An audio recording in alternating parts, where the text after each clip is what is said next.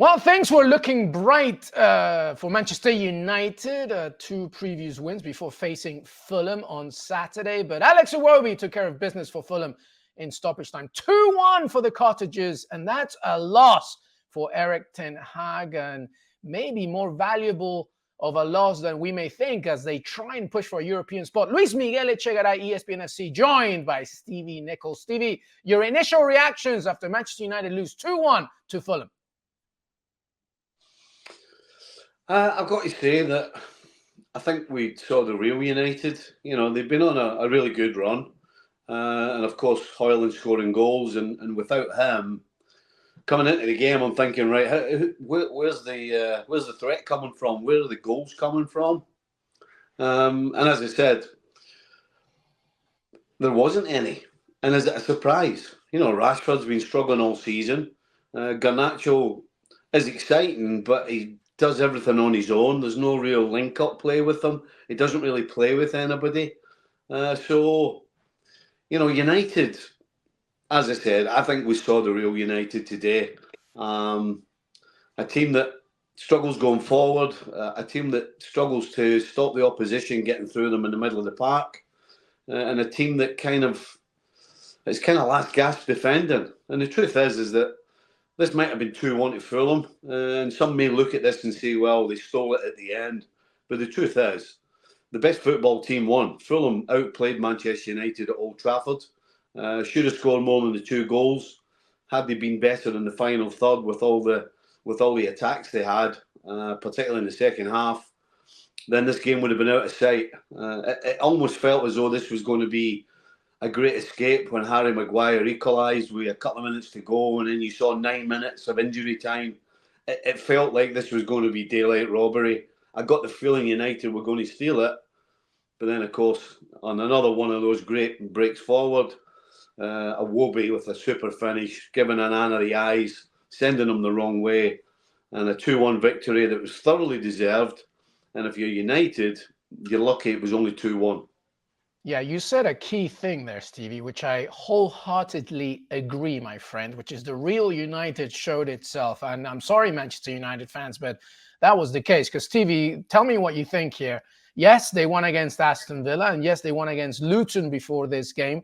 But on both occasions, specifically in the Villa one and towards the latter stages of the Luton one, United were the second best team in both, and yet they came away with 3 points. But today, during the match, even when it was 0-0, Fulham, I thought, were in control of this game and they deservedly took the lead. And I think that any United fan looking at themselves deeply will come out of this game thinking we were second best yet again. Yeah, I think United have been at their best when the onus has been on the opposition. You know, when they actually have to take the game to anybody, they can't do it. They seem as though they're caught between two stools. And of course, when they turn the ball over, they're so wide open that teams can get at them. So, listen, United for me are at their best when they're sitting tight and having to counter-attack. But of course, when you're at Old Trafford, you're at home, a big crowd behind you, and you're playing against Fulham, you can't set out that way. And so they try and play. And we saw that when they try and play, they're not a good unit. They're not a team. They don't play together. There's no real connection from back, middle to front. It's kind of bitty. And without Højlund, you know, there's no threat.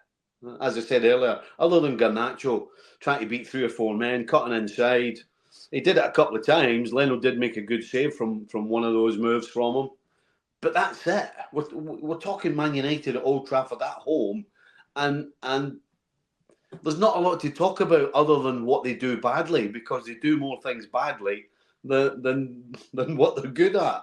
So yeah, it's a horrible performance from United. At the same time, we've got to credit Fulham. I mean, Fulham, they're open. They want to go forward whenever they can. They did defend well at times, particularly last 15 minutes when United were putting the pressure on. But they try and play and they try and go forward and they connect. Unfortunately, they don't make good enough decisions in the final third.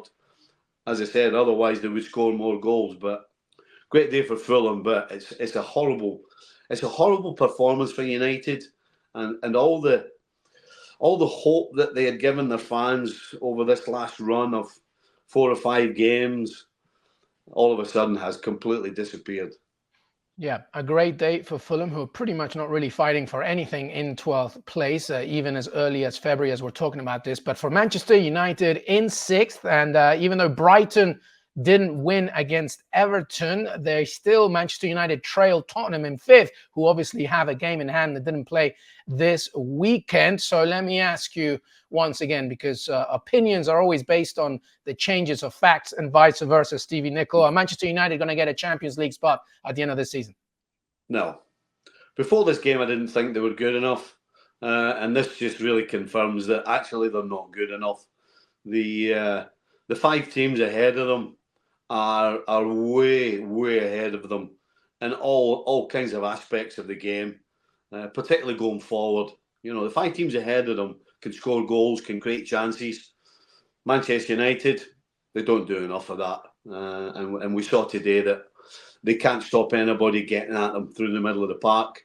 So, yeah, my money is absolutely on United not being in the top 4. And anybody else with any sense should probably be thinking the same thing. Well, let me quickly ask you before we say goodbye. Will they get a Europa League spot? Brighton, Newcastle, right under them? I don't believe so. You know, particularly if Højlund is going to be out for longer than the 2 or 3 weeks they're talking about, because again, we saw today, absolutely toothless going forward. And if it's not Højlund, then they don't have anybody.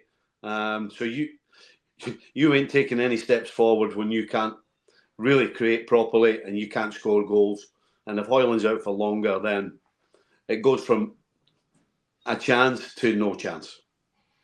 Well, under Sir Jim Ratcliffe, we have been promised a lot of changes in the summer, and I completely think that will be the case. Manchester United lose 2-1 to Fulham. Oh, and to add insult to injury, next up, Manchester City. Stevie Nicol, Luis Miguel Echegaray, ESPN FC.